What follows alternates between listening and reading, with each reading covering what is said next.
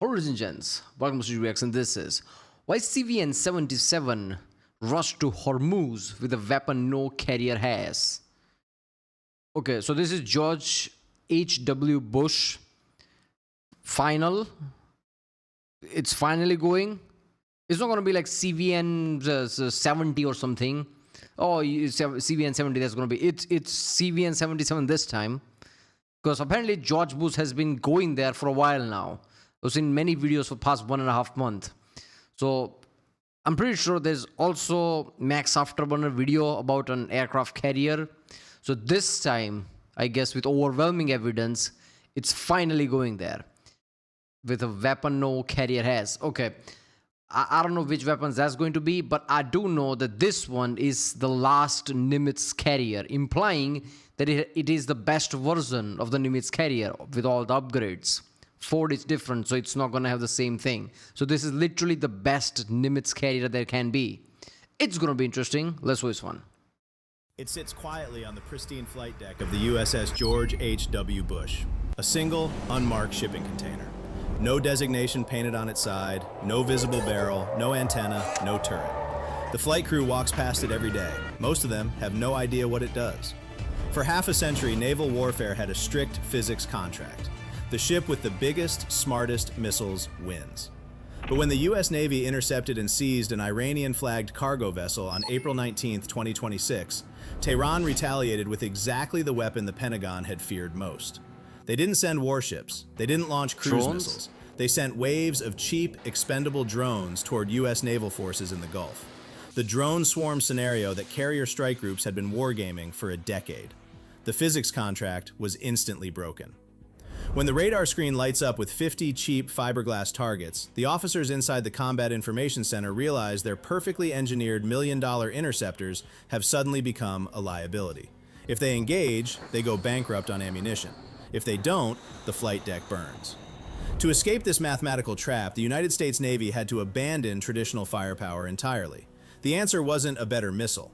Directed energy weapons had been tested on destroyers before, but no one had ever dared put one on the carrier itself, the beating heart of the entire fleet, until now. It was a mysterious shipping container, bolted to the top of a $6 billion nuclear reactor. Welcome back to Navy Decoded. Today we are going... I mean, it doesn't look like that meteor, right? The big, what I call basically a shotgun, right? Laser shotgun or microwave shotgun, kinda, right? Because it is in a way. It doesn't look like that.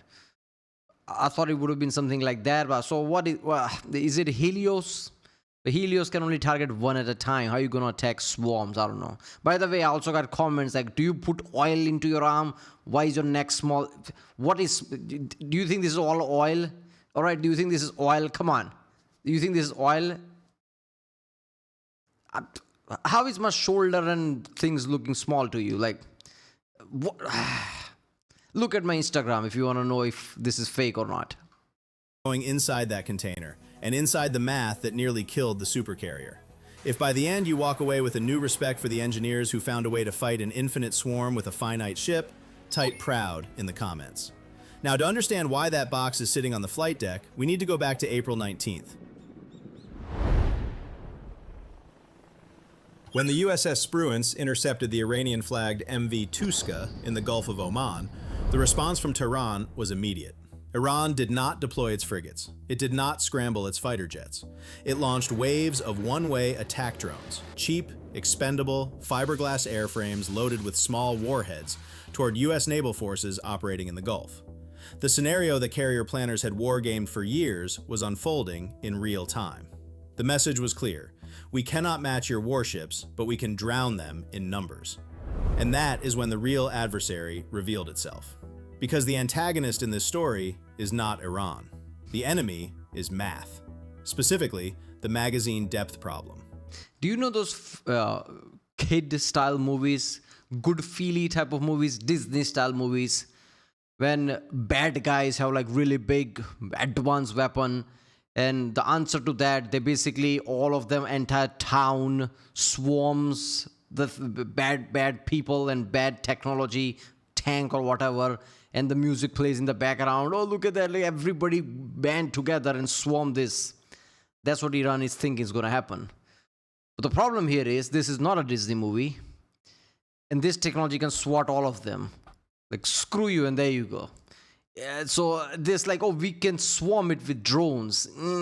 It sounds good, and I know there are people who panics about that, but US have too many things that answers to that. Even, like, CVS is enough for that. You can easily target that. Not to mention C-RAM, C-Sparrow, not to mention 90 plus the jets you have with munitions, with guns on it, the helicopter with hellfire on it. Like, how many drones you gonna send anyway? For decades, the United States Navy has designed its ships to fight over the horizon. The entire philosophy has been to hit the enemy as far away as possible with highly sophisticated, highly lethal interceptors. A carrier strike group is a masterpiece of this doctrine.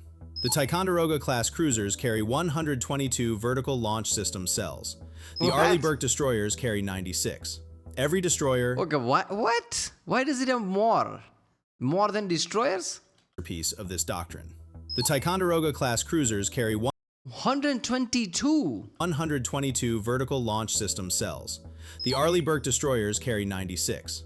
Every destroyer, every cruiser, every jet in the formation is optimized for long-range precision. The doctrine assumes that the enemy sends a small number of expensive, high-value threats, and the strike group picks them off with surgical accuracy. But the development of the cheap, mass-produced suicide drone has inverted the geometry of naval warfare. The drone doesn't care about your radar range. It doesn't care about your stealth. It only cares about one thing: the physical capacity of your missile tubes. If you have 100 interceptor missiles and the enemy launches 150 drones, the math is inescapable. No matter how perfect your radar is, no matter how flawless your guidance systems are, the 101st drone is going to reach the ship. Let's look at how the carrier traditionally... Man, you should fight drones with drones. You should send your own Lucas to fight these drones. As soon as these come, you just send Lucas. ...defends itself. When a hostile drone approaches the strike group, the Aegis combat system detects it and launches a kinetic interceptor, typically a RIM-162 Evolved Sea Sparrow missile, or ESSM. The ESSM is an incredible piece of engineering. It travels at Mach 4. It pulls 50 Gs in a turn. One Sea Sparrow missile cost $1.5 million? I saw that awesome looking thing with that cap comes out and the thing flies off. I assume it doesn't look like too big. Yeah, it's gonna be costly, but not 1.5 million costly. Damn. It almost never misses, but it costs $1.5 million per shot. The drone it is shooting down costs $20,000 to build. The intercept is mathematically perfect, but it is economically disastrous. We strip away the adversary's asset, but in exchange, we empty our own magazines at a 75-to-1 financial disadvantage. Imagine you are fighting off a swarm of angry bees using a gold-plated sniper rifle. Every time you pull the trigger, you kill exactly one bee. Is this M1A2? Yeah, it looks like that, right? 50 cal. But you are going to run out of bullets long before that hive runs out of bees. And out on the open ocean, the strike group's escort ships cannot simply call for a supply helicopter. Underway replenishment of a VLS is incredibly dangerous and virtually impossible in a combat zone. Once those launch cells across the strike group's destroyers and cruisers are empty, the entire formation is effectively defenseless. The carrier must turn around, abandon its strategic position, and sail the whole group home to rearm. The deterrence effect of an entire carrier strike group crumbles, not because the armor was pierced, but because the wallet was emptied. How do you win a war when your own weapons are more expensive than the enemy's entire attack force? The Navy needed a fundamentally different kind of ammunition. This is why the Navy needed the shipping container. Integrating a new weapon into a warship. The locust and stealth of light. Oh, okay, this is that. Well, can't they do that thing that they were planning on? Putting container launchers on amphibious vehicles? They were thinking of doing that, right? So can't you do that for these ships as well? I mean, you can bring in containers, can't you? So, wouldn't that be an effective way to replenish the thing? I don't know. Ship is normally a nightmare. When the Navy wanted to install the AN Spy-6 radar on its Flight 3 Arleigh Burke destroyers, The process required a complete hull redesign, years of structural engineering, and billions of dollars in shipyard contracts. Complete Aegis system rewrite. Really? That's like saying we need to make iOS from ground up. Yeah, that's insane. So rewriting an entire Aegis system, yeah, that's insane. That is the traditional way the U.S. Navy adds capability. You put the ship in dry dock, rip open the steel hull, run miles of new copper wiring, redesign the cooling systems, rewrite the Aegis combat software from scratch, and pray the schedule doesn't slip by another 18 months. The George H.W. Bush was commissioned in 2009. It is not scheduled for its midlife refueling and complex overhaul, the RCOH, until the early 2030s. There was no dry dock window. There was no time to tear open the hull and integrate a deeply wired directed energy weapon. But the drone swarm was already here. The Navy needed a shortcut, and they needed it now.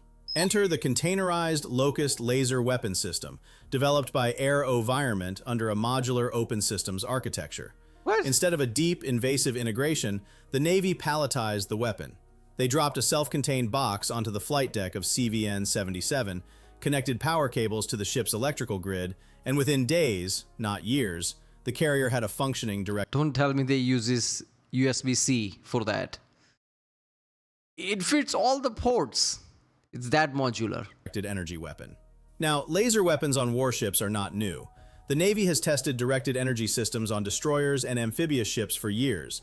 The LAWS on USS Ponce, the Helios on USS Preble. But those platforms run on conventional engines. Their electrical output is limited, and so is their laser's endurance. What happened on CVN-77 was fundamentally different.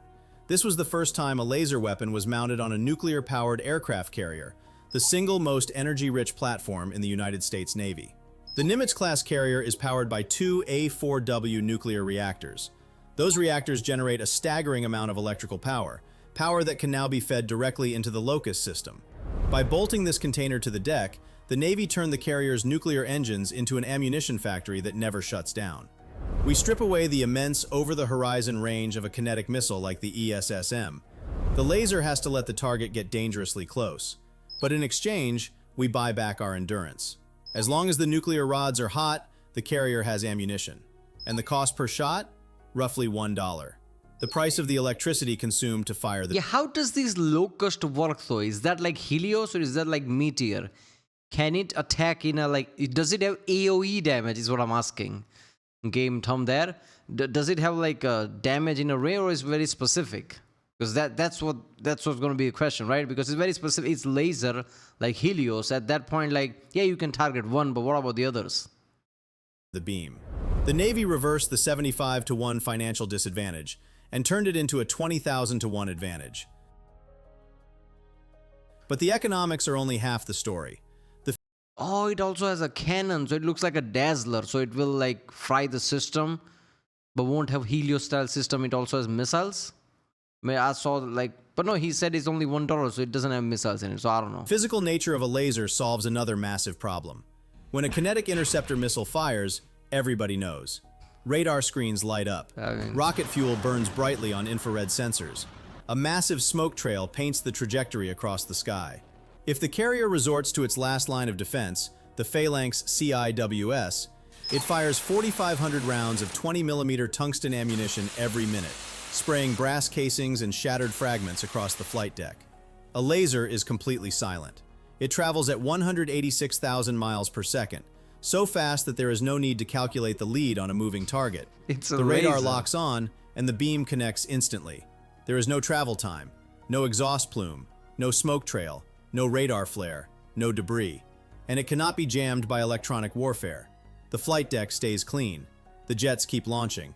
The carrier fights through the attack without a single piece of shrapnel threatening an engine intake.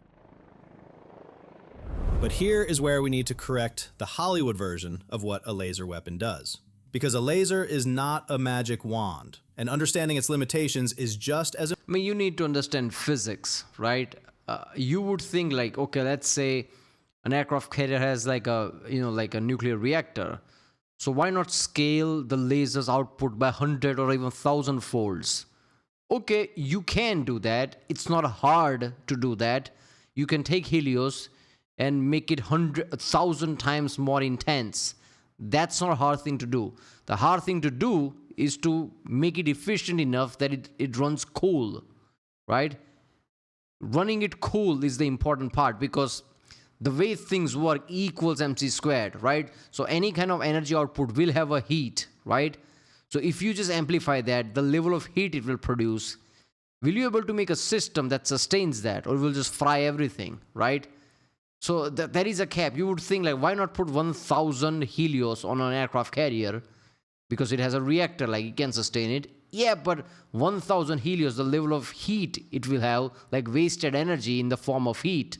Heat is basically energy. It will damage things. It will fry away the system, not the nuclear reactor, but things around Helios itself. So there are real limitations into things like this as well. As important as understanding its strengths. A kinetic missile kills by proximity. It detonates near the target and destroys it with a concussive shockwave and a cloud of shrapnel. The kill is violent and instantaneous. A laser kills through something entirely different, a thermal load. Surgical. It dumps hyper-focused infrared photons onto a surface area the size of a quarter. We strip away the concussive explosive blast force. In exchange, we gain surgical, heat-induced structural failure. Think of it like a magnifying glass focusing sunlight onto a leaf. Except here, the sunlight is powered by a 100,000-ton nuclear reactor, and the leaf is a drone hurtling toward the ship at 150 miles per hour. The Locust system, operating in the 20 to 35 plus kilowatt range, locks onto the target and holds the beam steady. This is called dwell time. For roughly 2 to 5 seconds, the laser must maintain a continuous, unbroken lock on a single point of the drone's airframe. It doesn't blast the target out of the sky. It burns through the structural weak points, the wing joints, the battery pack, the thin fiberglass shell. As the shell melts and warps, the drone loses aerodynamic lift. Its flight surfaces buckle, and it spirals down into the ocean. No explosion, no shrapnel cloud, no brass casings raining down onto the flight deck. Zero foreign object damage. The Super Hornets sitting on the catapults don't have to worry about a stray tungsten fragment getting sucked into a jet engine. But here is the physics trade-off that the Navy has to live with. A 20 to 35 kilowatt laser is effective against Group 1 through Group 3 drones, small, slow, fiberglass-bodied UAVs. It is not burning through the hardened steel casing of a hypersonic cruise missile. It is not stopping a supersonic anti-ship ballistic missile diving at Mach 5. The laser handles the... I mean, again, E equals mc squared, right? Heat is energy. If a ballistic missile, if you target a laser on a specific part of ballistic missile, it will alter its trajectory, because you would be transferring heat. Even if it doesn't damage it, it will change its trajectory a bit. And since it's ballistic, it can't move, it will fall somewhere else. If you do it far enough, that some micro level of change will be significant enough that it doesn't hit the target. But yeah, that's negligible if the missile itself can move and target. I'm pretty sure ballistic missiles can't do that. So yeah. The cheap threats so the kinetic interceptors can be saved for the expensive ones. That is not a weakness, it is the entire design philosophy. And the beam itself is subject to the atmosphere. Heavy rain, dense fog, salt spray kicked up by high seas, all of these scatter and absorb photons, degrading the beam's effectiveness at longer ranges. The Locust is not an all-weather, all-threat silver bullet. It is a precision tool designed for a specific layer of the defense. In October 2025, the Locust... Yeah, so microwave, anything that is high energy will interact with the particles from the air, like, like moisture and everything. Low intense things like infrared would not, but then again, those are low intensity. You would not be doing damage anyway from things like that. So yeah, lasers will have that effect. You would assume that laser have so much energy that these things won't matter, but I don't think we are there yet. And like I said, it's like a heat problem would be a real thing. So until USA gets to a point where laser is like Hollywood type laser, which cuts through things like butter, that will take time, because you would need to create components that can handle that. Focus system aboard CVN-77 locked onto multiple incoming UAVs during live testing and burned them down, one after another, in rapid succession. The physics of the flight deck had fundamentally changed, not because the laser could do everything, but because it could do the one thing the missiles couldn't afford to keep doing. So let's pull this together. If a $6 billion nuclear-powered supercarrier can only survive a swarm of cheap drones by bolting an experimental Oh yeah, it's 6 billion, right? This is Bush, not Ford. Ford is literally twice the money. shipping container to its deck, what does that tell us about the future relevance of massive warships? The Locust system on the George H.W. Bush isn't there to make the carrier a more lethal weapon against foreign destroyers or submarines. It doesn't extend the carrier's reach. It doesn't add firepower. The laser is there to protect the economic integrity of the strike group. By outsourcing The best offense is a good defense. Yeah, that also works. Because think about it. If you can just swat out things from the sky, that's the best offense you can have. You'll panic the enemy. They'll be very careful how they're going to attack you.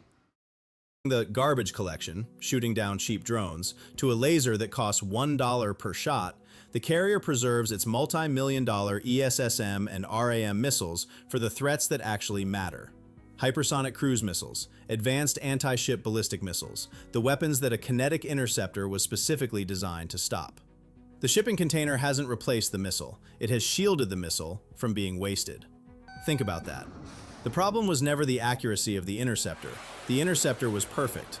The problem was that perfection was being spent on targets that didn't deserve it.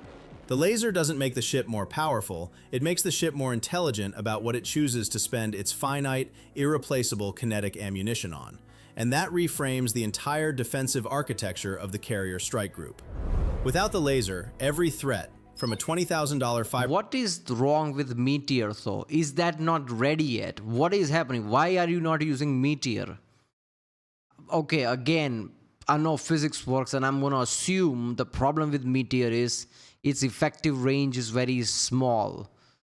Because that's how energy works. Concentrated energy can go really far. If you want to spread it out, yeah, that will be insanely short distance. But again, it is something... You should put that on your carriers, because it's at last level where even your lasers are not really doing the job because it's too many drones, literally too many drones. At that point, you better have Meteor, because even if it gets too close, you can still shoot it down. It still won't do as much as damage as you would think. Meteor feels like a lifesaver, like how shotguns are in real life. You want to have safe gun, like a proper defensive gun in your home, it's a shotgun. That, I don't know, Jim Jeffries bit, I think. No, wait a minute, it was Bill Burr bit. Look at here, shoot, whatever that was here is no longer there. That's what shotgun does. Why not use Meteor? Fiberglass drone to a $10 million hypersonic missile eats from the same finite pool of interceptors. The strike group cannot distinguish between a nuisance and an existential threat at the point of expenditure. It must fire a $1 million missile at both. Again, I don't understand that. Why not? Drones are not as fast as missiles and any other cruise missiles or ballistic missiles. Why can't system differentiate based on speed? If something is very slow in large numbers, it's probably drones. You can scramble planes because it's slow. Drones are not that fast. So as soon as you pick something up coming towards you at slow speed, that's drones. Scramble F-18. Why do you need to use these missiles? With Locust handling the bottom layer, the Aegis system is suddenly free to hold its fire.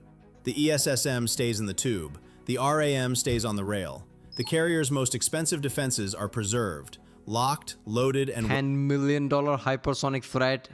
Do Iran have many of them? Just because of money alone? Iran is not flowing with money. Do they have that many hypersonic missiles? Waiting for the moment that physics demands a kinetic response. It transforms the carrier's massive nuclear power plant from a propulsion system into the ultimate defensive shield, allowing the ship to hold its strategic position indefinitely against a swarm while keeping every single missile locked and ready for the one threat that truly demands it. If you've been watching Navy Decoded, you know we don't look at weapons for what they destroy. We look at them for what they cost and what they protect. So if this is the kind of analysis that changes the way you see the ocean, subscribe now, because the next chapter of this story is already unfolding. I thought he was going to say we see them as problems and solutions or equations, because that's how this channel works. It's not about which is the baddest, like how does this fit in the picture and how to answer it. This is why I like watching this channel. A $6 billion flagship, over 70 warplanes, 5,000 sailors, millions of dollars in kinetic missiles sitting deep in the hull, and all of it, the entire architecture of American naval supremacy, now relies on a palletized, box-shaped laser to keep from being exhausted by weapons that cost less than a civilian car. The Locust laser proves that the US Navy finally understands the inescapable math of the modern drone swarm. They've managed to turn the nuclear reactor into an infinite magazine. They've plugged an experimental shipping container into a warship and fundamentally rewritten the economics of naval defense. But if the only way to defend the absolute pinnacle of 20th century naval power is to literally strap an experimental laser onto its flight deck, are we actually solving the problem of future warfare? Or are we just buying time before the swarms get too big and the horizon gets too dark? Use meteor, man. Meteor. How many times do I have to say meteor? But yeah, this is awesome, right? Using Locust, which I'm gonna guess is like something similar to Helios, or slightly more powerful. I don't know. I don't think I've ever heard of the Locust one. But yeah, so they are literally bringing on container and plug and play USB-C plug the entire system apparently. That's a joke. I know it's not USB-C. But yeah, this would work, right? This is ingenious in a way because there's not many military or any I can think of who basically adjust on the go. Drones might be a problem, or here are containers with locusts in them. There you go. 2, 3 of them. There you go. 2, 3 locusts that can target certain drones. There you go. But still, like, what if 100 drones are there? How fast is Locust? Is it like bam, bam, bam? Because Helios is not fast. Helios can take time to shoot down one thing and then... So I don't know. I think something like Meteor would be right. I don't know. But then again, like, you should scramble jets. Like, there's so many options. You don't need to use those launch cells. Right, well, if you like my next video, subscribe, and I'll see you next time.